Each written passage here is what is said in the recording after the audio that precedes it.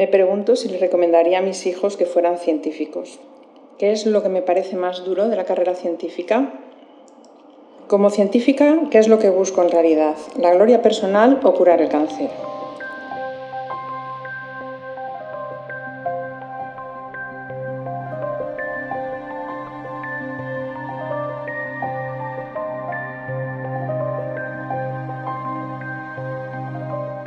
Como científica me planteo si es correcto que yo dedique todo el tiempo que dedico a divulgación a costa de no dedicarlo a mi investigación. Yo creo que la divulgación es muy importante para acercar la ciencia a las personas. Eso no me cabe duda, eso no es mi pregunta. Mi pregunta es si yo debo dedicar el tiempo a la divulgación a costa de no trabajar lo que yo considero que es lo que tengo que trabajar, ¿no? Entonces, por eso se plantea el que tendría que reconocerse más la divulgación en los investigadores. Es verdad, pero no todos podemos divulgar, porque si todos divulgamos, dejamos de trabajar en nuestro proyecto. Entonces, mi duda está en si yo personalmente estoy manteniendo ese equilibrio o me estoy dejando llevar por algo que me gusta mucho, que es la divulgación, y me estoy metiendo en demasiadas cosas y me está quitando mucho tiempo. Los sexenios y los quinquenios los supero bien. Cierto es que en los sexenios influyen los artículos y bueno, colaboro con gente muy buena y no tengo malas publicaciones, con lo cual supero sexenios a base de artículos. Y en los quinquenios se cuenta la divulgación, es decir, uno de los puntos es divulgación. Pero no sé, a veces me siento un poco en esa deriva de que quizás estoy tirando a divulgar demasiado y dejando proyectos de los que Bea sabe que debería estar haciendo y no hago. Me gustaría clonarme, tener dos yos, uno que se dedicaba a investigar, otro que se dedicara a hacer divulgación y tener 24 horas para cada uno de ellos. ¿Tú te lo has planteado alguna vez, María José? Ahora que estás entrando en este hilo o en esta corriente divulgadora.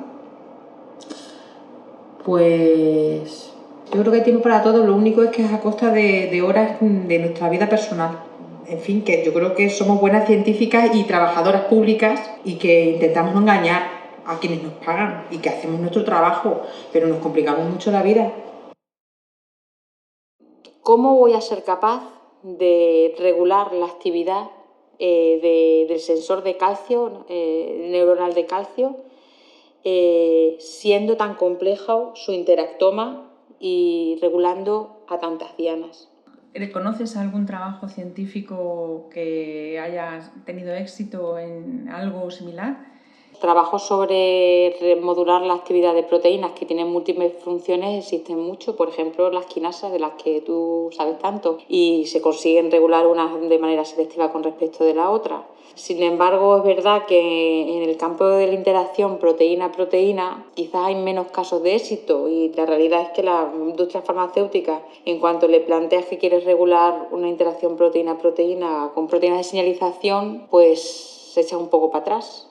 Claro, mi objetivo sería intentar que estas moléculas fueran terapéuticas. Creo que soy consciente de que es muy difícil llegar a eso, o sea que muy probablemente no lo consiga. Y el plan B es intentar aportar información sobre cómo funcionan los mecanismos moleculares en el cerebro y que con lo poquito que pueda aportar ayude a mostrar a la sociedad que el cerebro está por descubrir y que hay un montón de enfermedades que aún no tienen cura por un absoluto desconocimiento sobre lo que ocurre. ¿Qué es lo que te ha llevado ahí exactamente? La amistad con una persona que conocí en el postdoc. Me parece un proyecto interesante, creo que también es vendible a la hora de conseguir proyectos y por la necesidad de tener que alejarme del proyecto del que vengo para poder demostrar que puedo liderar un proyecto. Pienso que sin la presión de tener que publicar y sin la presión de no sé qué, yo personalmente creo que podría hacer mejores cosas, pero también es verdad que trabajar bajo presión me hace trabajar más. ¿Cuál sería el sistema ideal en el que uno realmente pueda dar rienda suelta para hacer cosas que nunca te pondrías a hacer porque sabes que o no te las van a financiar o no están de moda o a lo mejor publicas cosas que no te interesan tanto, pero es que sabes que ahí vas a publicar fácil y entonces eso te va a dar puntos para conseguir? muchas veces cuando tú te plantas un proyecto, a veces dices, me gustaría pedir esto, pero luego también piensas en cosas y dices, bueno, yo creo que esto va a salir fácil, yo creo que esto ya... que simplemente buscas también algo que pueda salir para que te vuelvan a financiar, para que te vuelvan... Y al final es que entras en una dinámica que te tiene completamente atrapado. Si dependiera de mí, ¿qué cambiaría en el sistema para que tanto condicionamiento económico y laboral no fuera en contra de la creatividad que debe tener un científico? Claro, bueno, es una pregunta muy complicada, tiene mucha... Por eso no tengo respuesta. ¿Para ti merece la pena? Para mí, sí. Yo he llegado a donde yo quería y estoy haciendo lo que me gusta.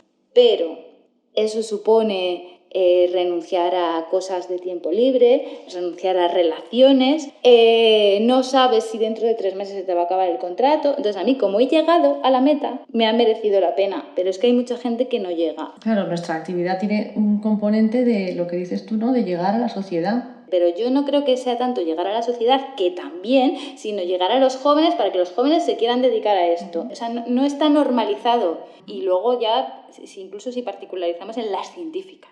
Pero incluso en la universidad. Creo que seguir la carrera científica no es la primera opción, ni siquiera para los que están estudiando una carrera de ciencias. En todo caso, ¿tú crees que nuestra interacción tiene capacidad transformadora? Yo creo que eso es importante. Lo que pasa es que luego vamos a lo de que el tiempo es finito. O sea, nosotras vamos, por ejemplo, hacemos actividades, pero claro, vas 2 veces al año, no puedes... O sea, tu actividad principal al fin y al cabo es hacer ciencia y contribuir en la sociedad de otra manera. Pero creo que eso también es algo que hay que hacer. Que te vean, que les cuentes lo que haces. Pues yo, mira, de pequeña me gustaba no sé qué, o sea, como tú, ¿no?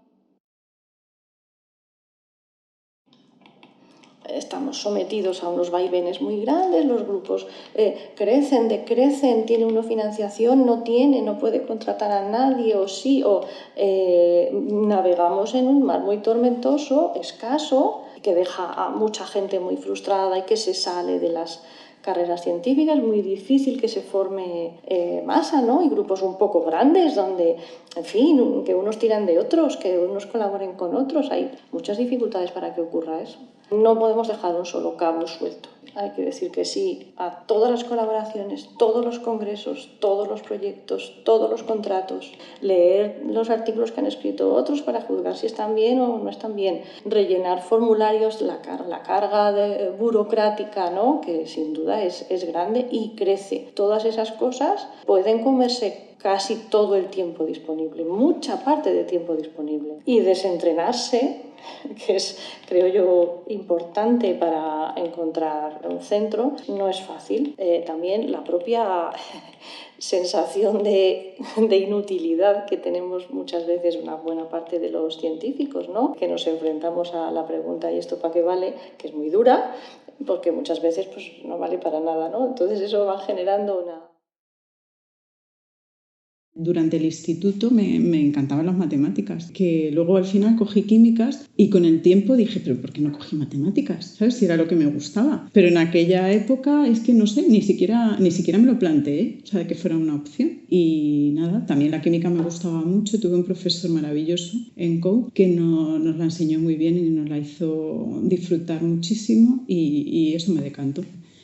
En 1980, cuando yo estudiaba ciencias químicas, no teníamos referentes femeninos, o sea, no, o los buscabas tú porque estabas interesada expresamente en esa persona o nadie te los enseñaba. Tratamos pues, de dar visibilidad a la mujer y además intentar explicar, aunque no lo conseguimos, la verdad, por qué las chicas tienen una orientación mucho más biosanitaria y los chicos mucho más tecnológica. Es una cosa que lleva pasando desde hace, 40 años, pero que a día de hoy sigue siendo exactamente igual. No ha cambiado absolutamente nada.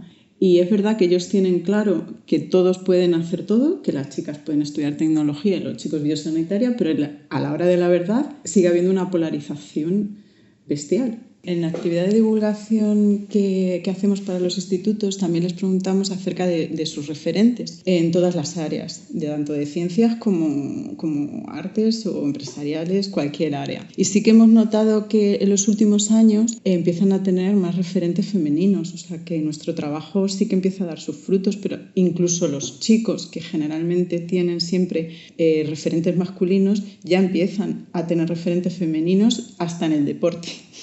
Tengo 2 niñas, una de 15 años y otra de 11. Sí, bueno, hemos ido varias veces además a sus clases a explicar un poco y a hacer experimentos sencillos y que ellos puedan ver qué utilidad tienen en el día a día. O sea, nuestro grupo ahora mismo está compuesto por 2 personas de plantilla, yo y Enrique Lomba, y luego en personal en formación tenemos 2 chicas que están haciendo el doctorado en colaboración con profesores de la UCM. La situación económica no permite, la financiación del Estado no nos permite crecer más. Pero bueno, en otros países sí son grupos extensos. Al final, pues cuanto más grande sea el grupo, más problemas, más interesantes te permite abordar, porque tienes más fuerza, más, o sea, como más mano de obra dedicada a un esfuerzo común. En ese sentido sí que me gustaría que alguna vez en España pues esto fuera mejor y se financiara mejor la ciencia para poder hacer grupos más grandes y abordar problemas más desafiantes. Tampoco conozco muchísimo la historia y sobre todo de las mujeres en mi campo, ¿no? Porque ha estado dominada por hombres, sobre todo. Yo lo que me dedico sobre todo tenemos nuestras teorías y hacemos programas de ordenador, es decir, programamos y luego son los ordenadores los que hacen los cálculos, porque los cálculos ya son tan complejos que no se pueden hacer con lápiz y papel, sino que se necesitan ordenadores y muy potentes. Entonces, lo que sí sé es que de las primeras simulaciones hubo muchas mujeres que contribuyeron a escribir esos códigos, ¿no? Pero realmente la historia de simulación de las mujeres no la conozco muy bien porque realmente ha estado dominada por hombres. Hoy en día sí que es verdad que tengo bastantes siempre hay gente que admiras en tu profesión y hay hombres, pero también hay mujeres. Hay varias profesoras como son Sharon Glosser o Marjolein Lendistra, a las que admiro un montón porque tienen grupos espectaculares y son grupos líderes. O sea, que no les admiro solo por ser mujeres, aunque fueran hombres también, ¿no? O sea, que destacan en el campo un montón.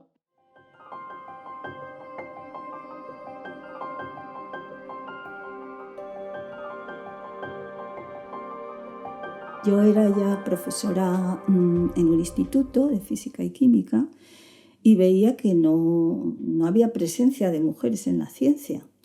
Y en un curso con Javier Ordóñez, ahí debatimos sobre si las biografías importaban. Me mandó un libro desde el Reino Unido, La herencia de Hipatia. Entonces allí veo en ese libro que hay muchas científicas del pasado que nadie nos las había contado. Y entonces es cuando pienso, pues en España también tuvo que haber, ¿no?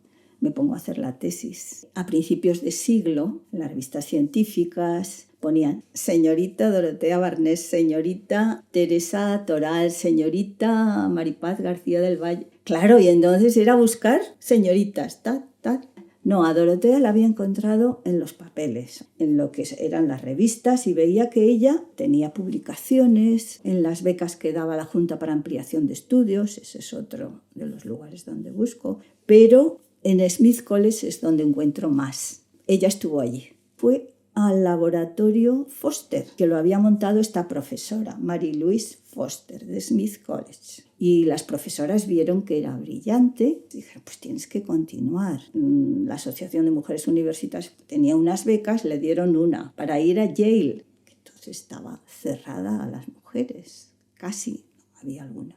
Quedó otro año en Yale. Ella no tenía una conciencia de ser una gran científica. Hay que tener en cuenta que en esa época en España no hay grandes científicos, salvo Cabrera, Blas Cabrera y Miguel Catalán y Enrique Moles. Todos los demás, era entrar en un campo y trabajar, y ella entra así pues son de grupos intelectuales que consideran que las mujeres tienen derecho a estudiar, ¿sabes? Eran acogidas como parte de la familia, ¿no? Cuando presentaban trabajos en la Sociedad Española de Física y Química decía: hemos escuchado con simpatía el trabajo de la señorita tal.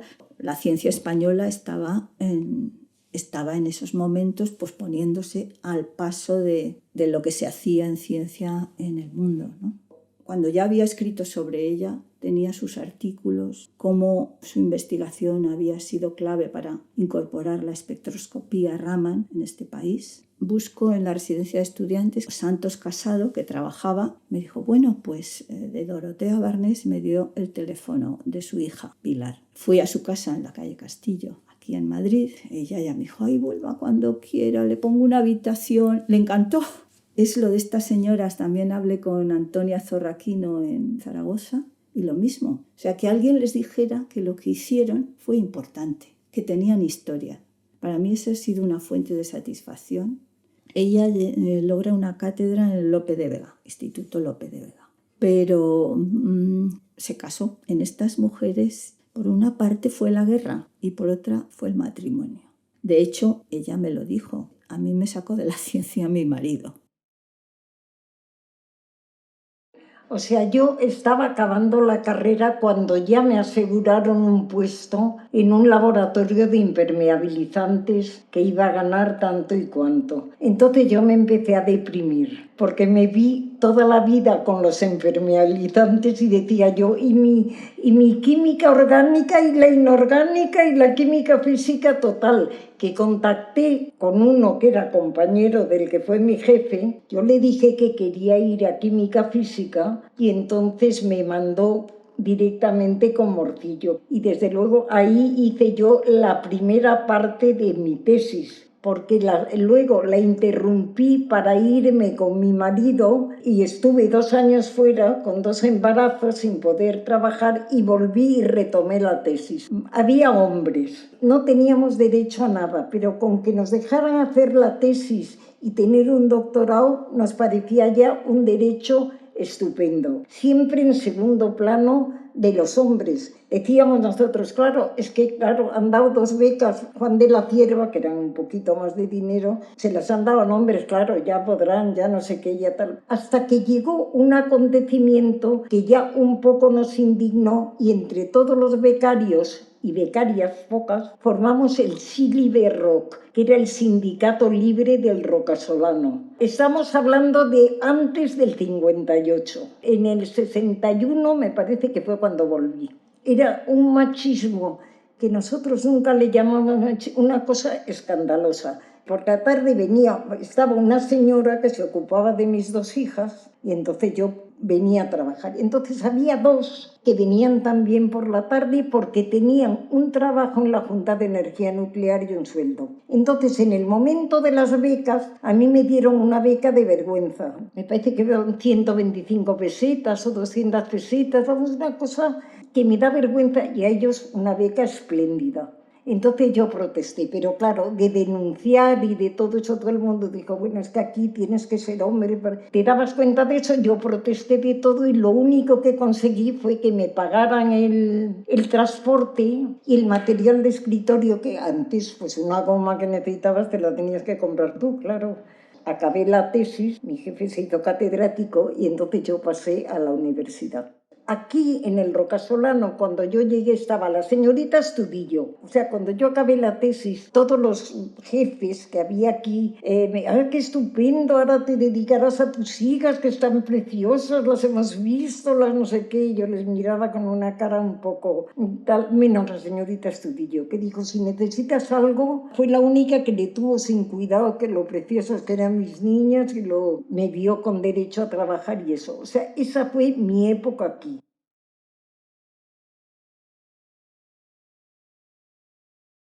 Yo empecé trabajando con una mujer que era María Domínguez Astudillo, que era la señorita Astudillo para todo el mundo.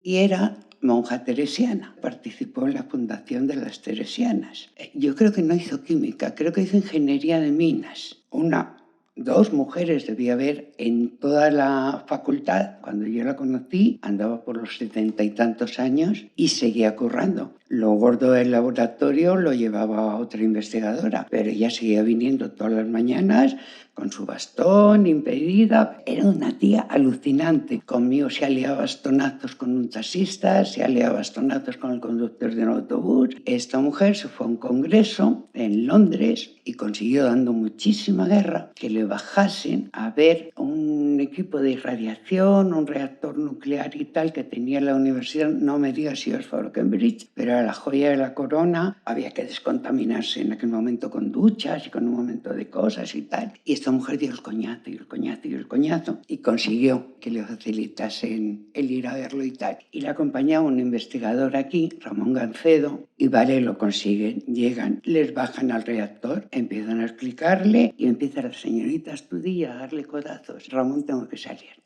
Ramón, tengo que salir, Ramón, tengo que salir. Pero ¿cómo va a salir? Después del pollo que hemos montado, las autorizaciones, lo que ha costado bajar. La señorita Astudillo se estaba haciendo pipí y no era capaz la mujer de aguantar 10 minutos más, un cuarto de hora más, lo que después de todo el coñazo que dio, que es una persona que no se cortaba en absoluto para eso y para lo que fuese. De la señorita Astudillo, cuando se habla de las investigadoras de Roca, nunca ha hablado nadie. Fue de las primeras, de las pioneras, participó, creó el departamento, aportó un montón de cosas, aparte de lo curiosa que era. Y como ella, pues había muchas más mujeres en aquella época. Pilar Usobiaga, María Victoria Rous, Conchita Turrión, eran todas investigadoras. Entonces, si miráis las memorias de aquella época, descollaron, llegaron a investigadoras, a profesoras de investigación o mujeres solteras que dedicaron la vida a esto y se acabó, no había horarios, o mujeres casadas pero que descargaron la crianza de los hijos. A ver, en aquel momento había aquí como 7 sabios grandes que eran los 7 jefes de departamento. Entonces eran los 7 grandes, 7 hombres dirigiendo los 7 departamentos y luego por debajo iba gradación. Y de las pocas que descollaron en aquel momento, pues era María Josefa Molero, que llevaba ella sola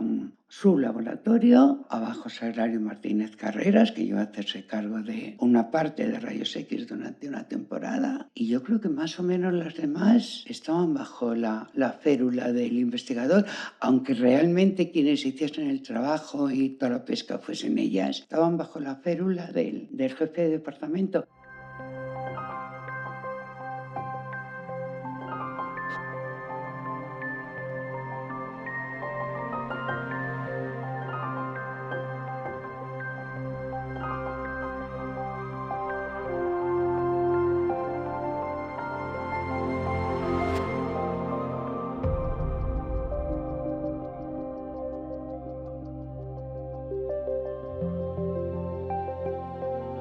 Cuando acaba la guerra, los científicos que trabajaban aquí han sido depurados, menos 1 o 2.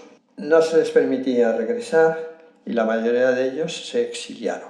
Cuando regresaron a España, podían estar en España, pero no podían acceder a sus laboratorios. Entonces hay una nueva generación de investigadores que vienen aquí a este centro y se encuentran con un centro de investigación de los años 30. Estamos ya en los años 50. No sabe muy bien qué hacer y hay un señor aquí, un investigador, que decide enviar a estas personas, entre las que estaba María Josefa, a especializarse al extranjero.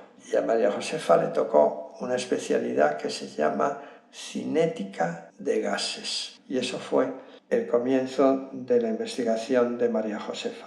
Se va a Oxford porque María Josefa sabía inglés, que no era nada frecuente en su generación. Se va a trabajar con este señor Hinchelwood, que también, según ella contó, no quería mujeres trabajando en su laboratorio. Consigue que la acepte, viene para aquí y aquí monta lo que aprendió con Hinchelwood. Pues eso era lo que estaba haciendo María Josefa cuando yo vine por aquí y lo que me propone. María Josefa tenía muchas ocupaciones familiares. Empezaban los niños a ir al colegio, creo que se trajo a su madre a vivir con ella. Claro, y lo que sí llamaba un poco la atención en comparación con los hombres es que seguramente por esas obligaciones familiares que tenía que llevar, pues por la tarde, no sé si eran las 5, una cosa así, desaparecía Flum.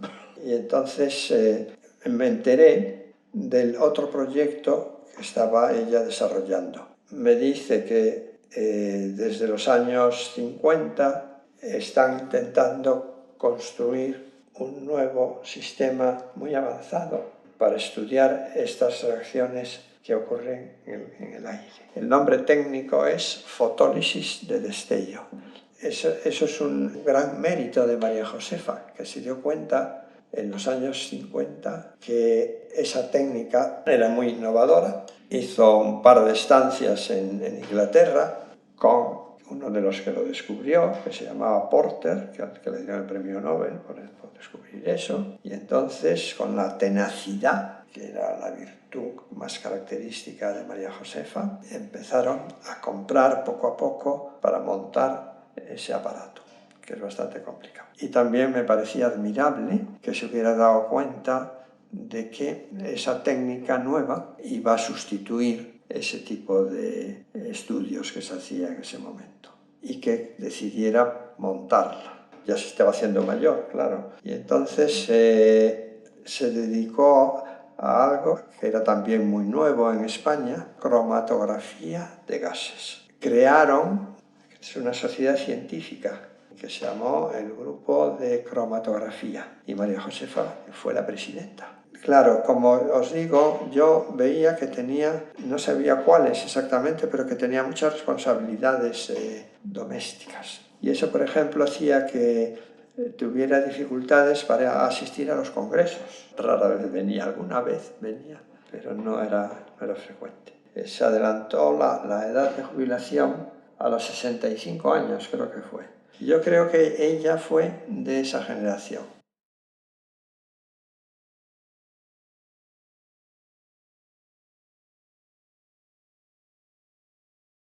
¿Cuál de todos? Porque hay dos. Quizá te refieres al hasta siempre, querido Sagrario. Sí. Bueno, en cursiva empieza la cosa así como: si hay empeño, se continúa hacia arriba lo que otros empezaron. Así comenzaba el prólogo que se escribió en 1994 para una pequeña recopilación histórica de lo que hasta entonces había sido la cristalografía española, entre comillas, y especialmente aquella que se había desarrollado entre las paredes del entrañable Rockefeller, hoy día Instituto de Química Física Rocasolano del CSIC.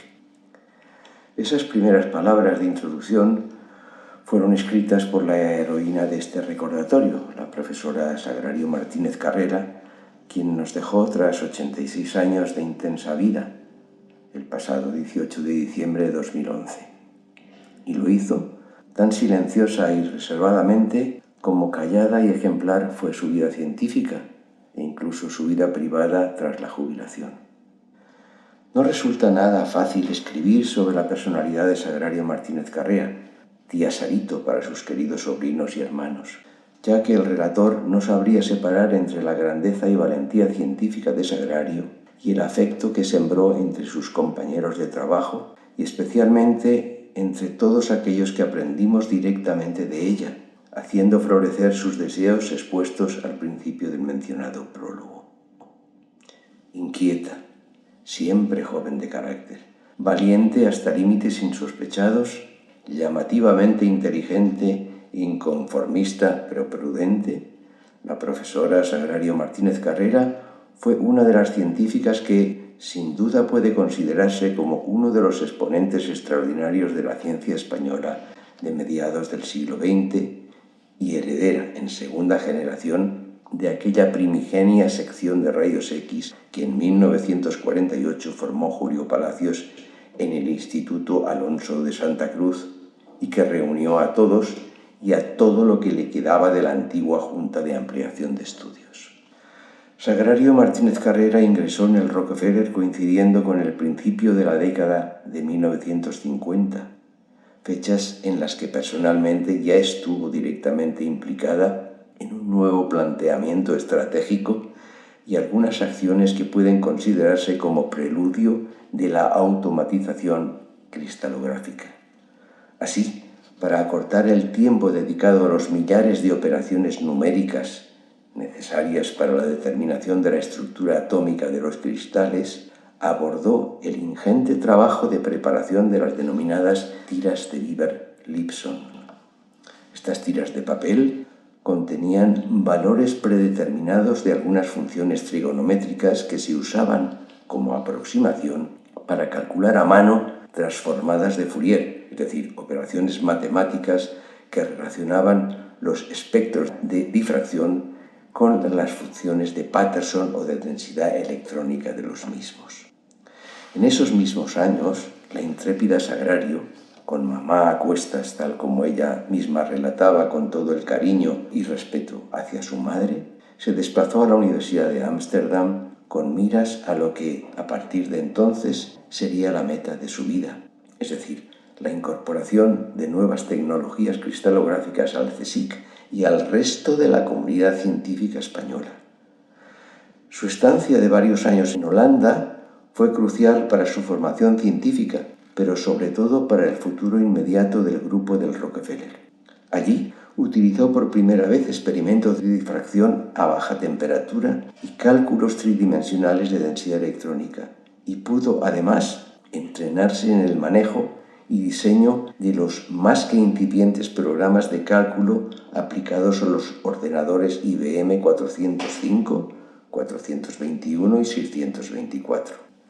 Gracias al tesón de Sagrario Martínez Carrera, a un endemoniado panel electrónico y a unos juegos de fichas perforadas, regalo de la profesora McGillivray, pudo comenzar en Madrid la metodología moderna del cálculo con ordenador y realizar los primeros estudios tridimensionales. Y muy pronto volvió a ser la infatigable Sagrario Martínez Carrera quien en 1962 hizo de nuevo las maletas, esta vez con destino a la Universidad de Pittsburgh en Estados Unidos para trabajar con el profesor Jeffrey y mejorar así su aprendizaje del incipiente cálculo electrónico. Allí coincidió con uno de sus inolvidables amigos, Paul Derskens, hoy en día profesor felizmente retirado en la Universidad de Nijmegen, Holanda, quien con toda seguridad le echará también mucho de menos. Recién regresada a Madrid de su estancia en Estados Unidos y con un amplio bagaje en programación en AutoCode y Fortran, puso a punto una serie de programas de cálculo imprescindibles para abordar la resolución de la estructura de los cristales. Con ello, la estrepitosa máquina IBM 7070 que acababa de adquirir el CSIC se vio inesperadamente sobrealimentada por el trabajo que llegaba de las manos de Sagrario y que se acumulaba en gavetas y pilares de fichas, lo que supuso un alivio inolvidable para las expectativas científicas del grupo de cristalógrafos del Rockefeller, entre otros. En 1966 regresó de nuevo a Holanda y desde la Universidad de Ámsterdam, como autora única, publicó lo que sería su artículo más querido, el que recibió en aquella época casi 150 citas, la estructura tridimensional a baja temperatura de una molécula orgánica, el imidazol. Sagrario siempre tuvo una palabra amable y positiva para el que la necesitaba, y no solo para hablar de investigación. Formó parte de la generación de mujeres extraordinarias de nuestra ciencia, del CSIC, y por qué no decirlo, de la ciencia universal, que tuvieron que pasar por momentos amargos y que hubieron de ganar a pulso, sin estridencias, su valía para no ser ignoradas en el marco de la dominancia del género masculino típico de algunos de aquellos años. En el marco de su humildad, Sagrario nunca dio a conocer sus contribuciones o el protagonismo en varios libros publicados allende nuestras fronteras, tales como Women of Science, Writing the Record, editado por Cass Simon y Patricia Farnes, y Notable Women Scientists, editado por Pamela Profit. Pasaron los 70, los 80 y por fin la década de 1990, en la que desapareció como los ojos del Guadiana, de un modo que solo unos pocos han sabido hacer con esa elegancia que la caracterizó hasta el final de su vida, dejando un sinfín de trabajo bien hecho y silencioso, de buen hacer y de cariño hacia todos aquellos que pasaron por su lado, entre los que se cuenta el autor de estas palabras y el que, arrogándose la representación de muchos, levanta una copa simbólica y le dedica con todo cariño y respeto un hasta siempre, querido Sagrario.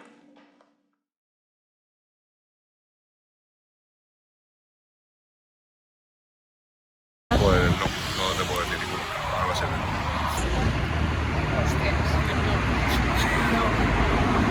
No tengo ni idea. Y para decir algo que no tengo ni idea. Ni idea. Yo ni idea, desde luego. Ni yo tampoco. Madre. Pues aquí me has pillado. María Blasco, Margarita Salas y Sabio, maravillosa también. En España tenemos muchas científicas muy buenas y creo que tenemos que poner en valor todo el potencial de las maravillosas mujeres que hemos tenido, sobre todo de las que tenemos ahí en cantera y en cartera, para seguir haciendo la mejor investigación en España y en el mundo.